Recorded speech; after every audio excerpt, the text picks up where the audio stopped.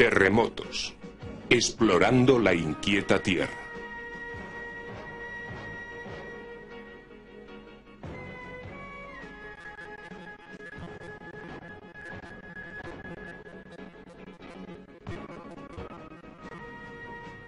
California está situada en una zona de los Estados Unidos donde son frecuentes los terremotos.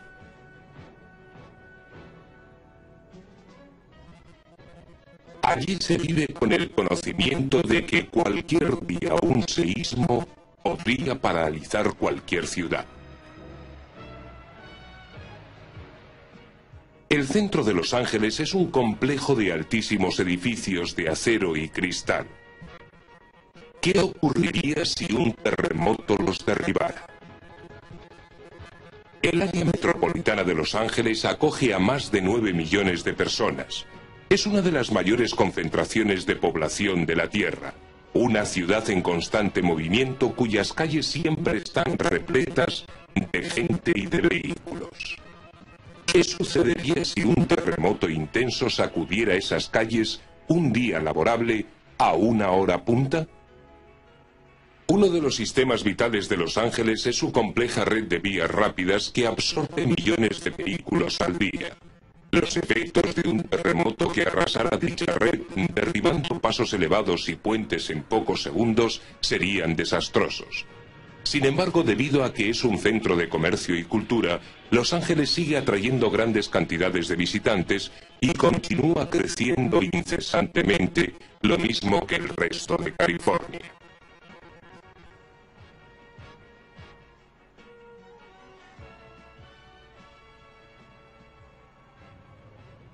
El 9 de febrero de 1971, el Valle de San Fernando, situado cerca de Los Ángeles, fue sacudido por un destructor terremoto que duró unos 60 segundos.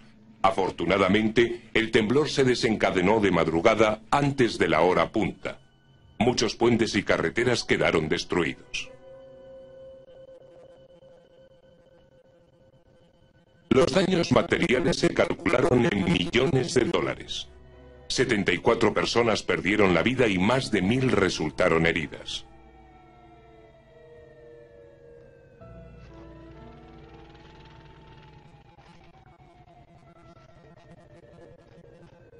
El temblor tuvo lugar a lo largo de la falla de San Fernando, que forma parte de la falla de San Andrés, cuyo sistema tiene una longitud de unos 1440 kilómetros y abarca la costa oeste de Norteamérica, de México a San Francisco, donde se hunde bajo el Océano Pacífico. Esta ciudad es también zona de terremotos. En 1906 un gran temblor acompañado de un incendio la azotó violentamente.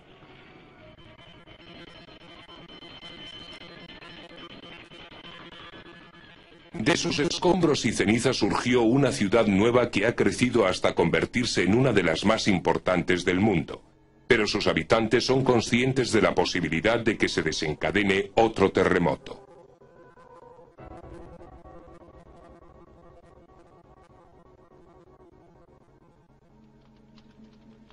La sismología estudia los terremotos e intenta predecirlo. Un terremoto es una vibración violenta de la Tierra generada por la súbita liberación de la energía contenida por las rocas en tensión.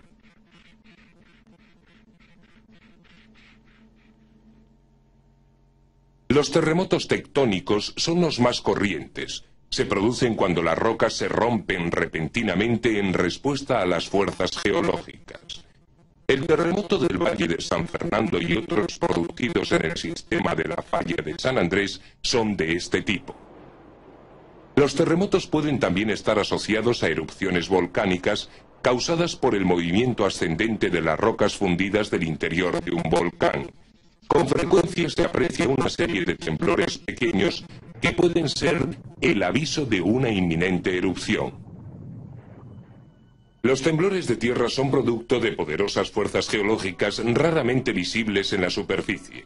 Por ejemplo, las rocas de ambos lados de una falla pueden moverse unos pocos centímetros por año, pero este movimiento produce presión y tensión en las rocas.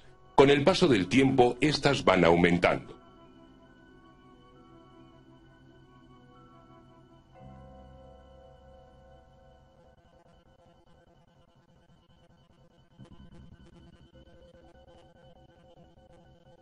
A lo largo de la falla de San Andrés ha tenido lugar un movimiento horizontal.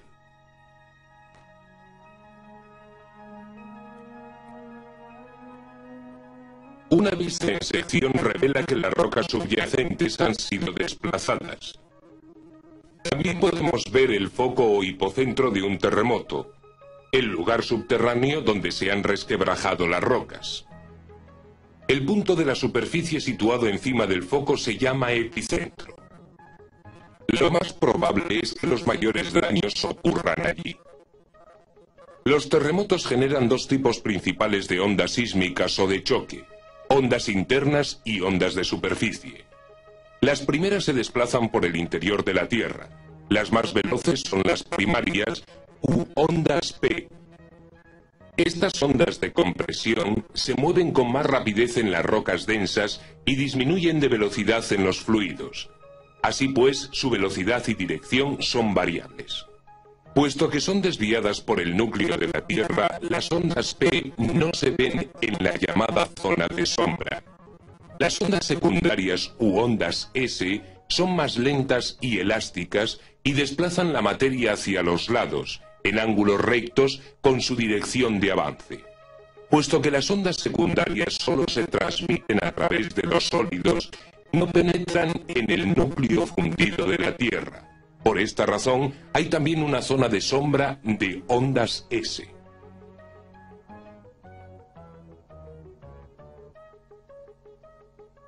Las ondas sísmicas de superficie se propagan más lentamente que las P y S. Un tipo de onda de superficie, la onda de Love, se desplaza con movimiento circular y al empujar la materia horizontalmente causa grandes daños. Este agrietado pavimento y estos raíles deformados demuestran claramente su poder destructivo.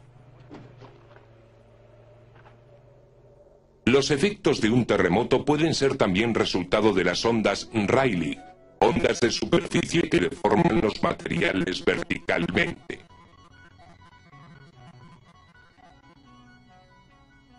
En las costas, las ondas sísmicas marinas, como las generadas en Alaska en 1964, pueden resultar devastadoras. Estas gigantescas ondas son originadas por los terremotos que tienen lugar bajo el fondo oceánico y se conocen como tsunamis, su nombre japonés. También pueden ser muy destructivas.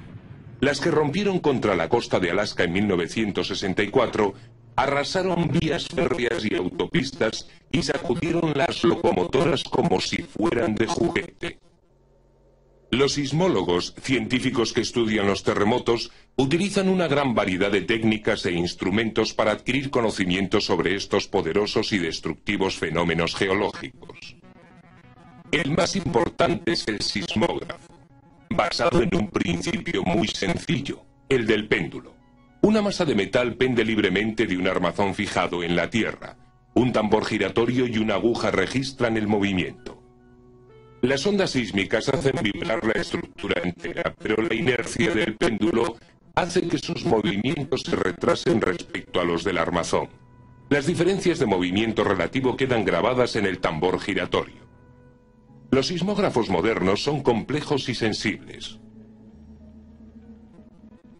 Los temblores sísmicos generan una pequeña señal eléctrica que hace funcionar una aguja y los datos son grabados en una cinta magnética. La grabación obtenida se llama sismograma.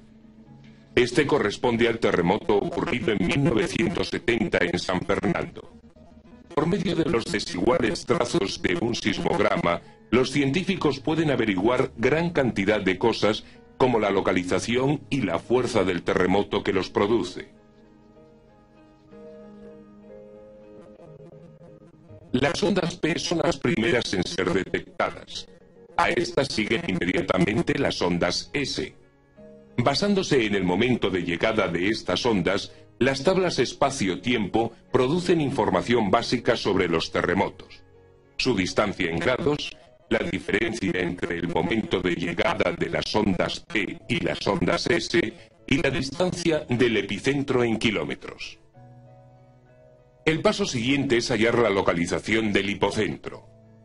Los sismólogos deben usar mediciones de por lo menos 3 estaciones sismográficas distintas antes de obtener la localización por triangulación.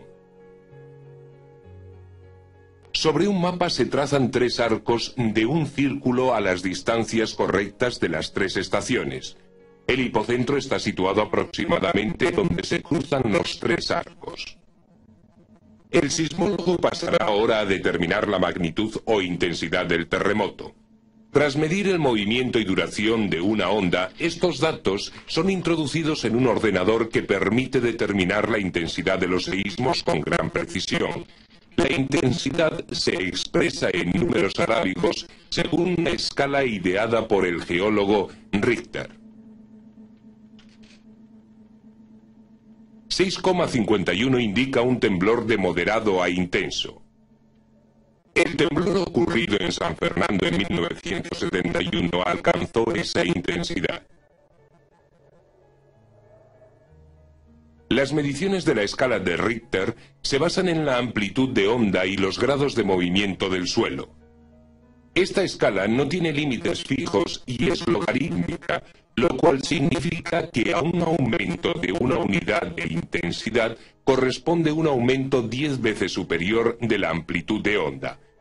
La escala de Richter proporciona asimismo un cálculo aproximado de la energía de un terremoto. A cada unidad de intensidad corresponde una cantidad de energía liberada casi 30 veces superior. Otra escala mide los efectos o la intensidad de un terremoto en un lugar determinado. La escala de intensidades modificada de Mercalli es una valoración subjetiva basada en la observación hecha por las personas. En el nivel 8º, por ejemplo, las paredes y columnas se derrumban y los daños sufridos por los edificios corrientes son considerables. A la intensidad 9ª, las estructuras de las construcciones bien proyectadas resultan dañadas y se produce un derrumbamiento parcial. En el nivel 10º aparecen amplias grietas en el pavimento. Las tuberías subterráneas se rompen, las aceras se quiebran, y la mayor parte de la mampostería y la estructura de los edificios resulta gravemente dañada junto con los cimientos. A la intensidad 1/10, las presas revientan y los pilares de los puentes pueden llegar a desplomarse. Las intensidades de la escala modificada de Mercalli se expresan en números romanos, desde la intensidad primera hasta la 12ª, que es la destrucción total.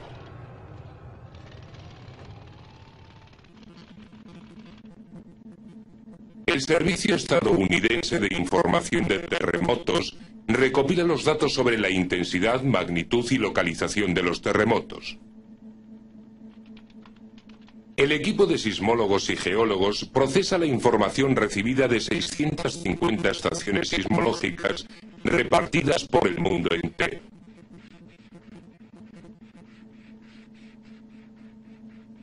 Tales datos componen un almacén de información vital para los científicos que intentan conocer mejor las causas y efectos de los terremotos. Un mapa muestra los epicentros de los más importantes producidos en Estados Unidos durante el año. Observamos que no están distribuidos uniformemente ni en Estados Unidos ni en el mundo.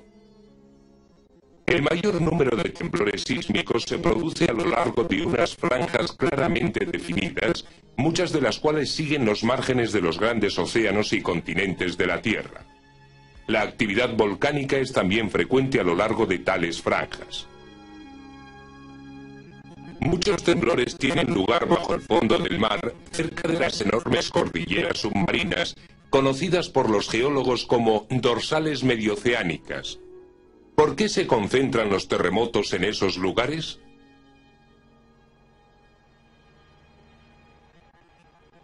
Porque son regiones de actividad de la corteza y de cambios geológicos, lugares donde los volcanes están en erupción y se forman y destruyen montañas e islas.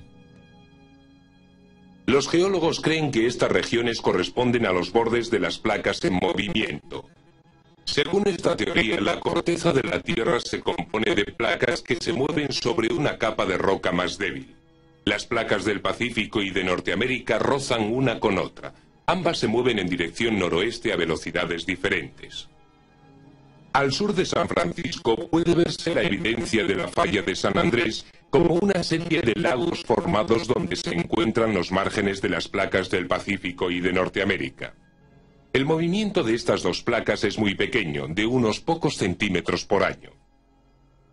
En este laboratorio se están llevando a cabo experimentos para conocer mejor el comportamiento de las rocas de la corteza terrestre. Se han colocado dos bloques de granito uno junto a otro y se han conectado instrumentos que miden la presión y la tensión. Para medir las vibraciones de onda se utilizan sismógrafos.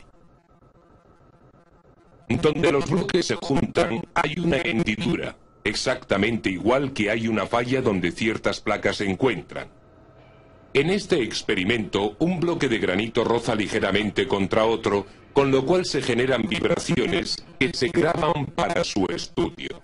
Así, las pruebas de laboratorio ayudan a los geólogos a saber más sobre las condiciones de la falla de San Andrés. Quizá algún día este conocimiento salvará vidas y propiedades. Otros experimentos se llevan a cabo en el campo. Este equipo está trabajando en una zona de la falla de San Andrés que lleva más de 100 años inmovilizada. Esto preocupa a los sismólogos, de modo que hay un proyecto en marcha para medir la cantidad de tensión de las rocas.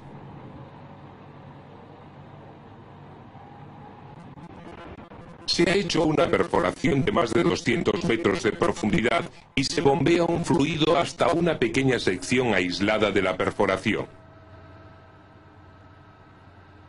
Cuanto más fluido se inyecta, más aumenta la presión de esta sección.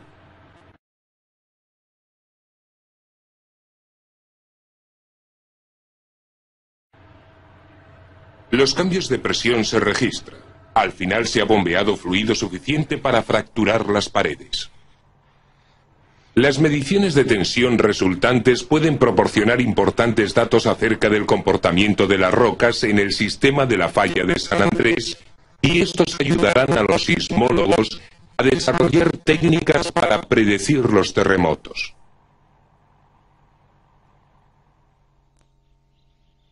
El de San Andrés es el sistema de fallas más estudiado de la Tierra y para ello se utilizan con excepcionales resultados los rayos láser.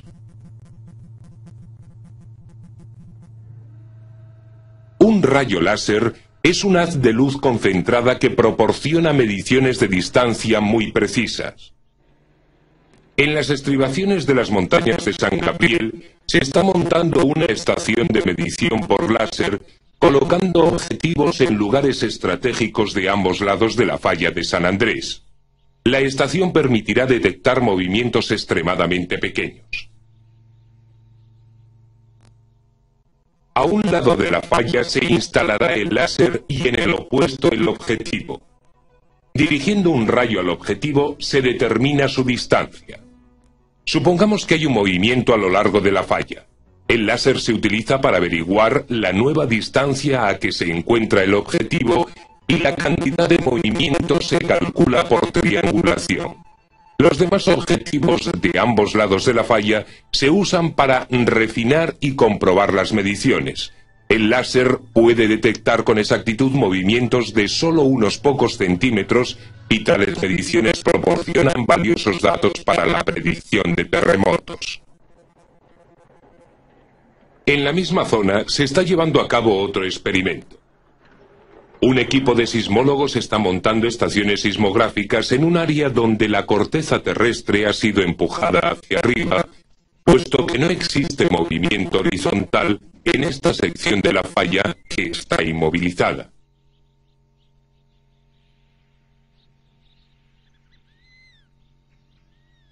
El objetivo de este estudio es conocer por qué esta parte de la falla de San Andrés no se ha movido durante largo tiempo y obtener datos que ayuden a prever su comportamiento.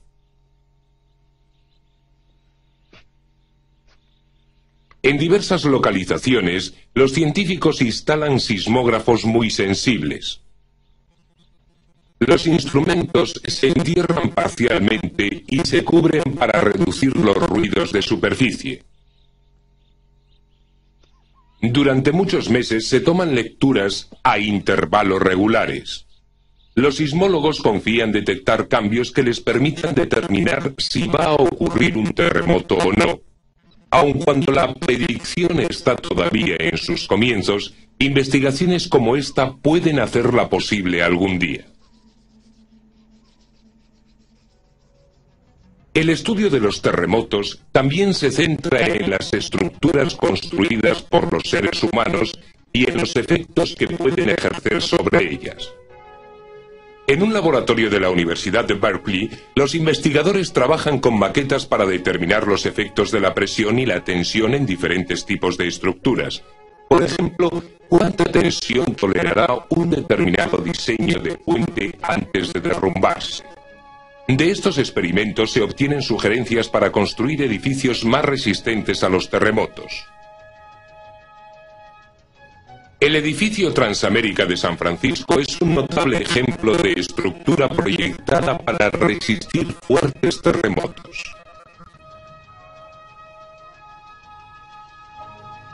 En el laboratorio, los materiales de construcción vibran sobre un tablero que produce sacudidas.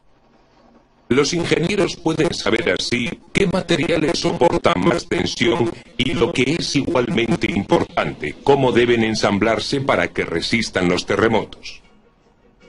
Si un temblor de la misma intensidad que el de 1906 sacudiera hoy las ciudades de California, las consecuencias serían desastrosas, ya que podrían perder la vida miles de personas y la destrucción alcanzar proporciones inmensas.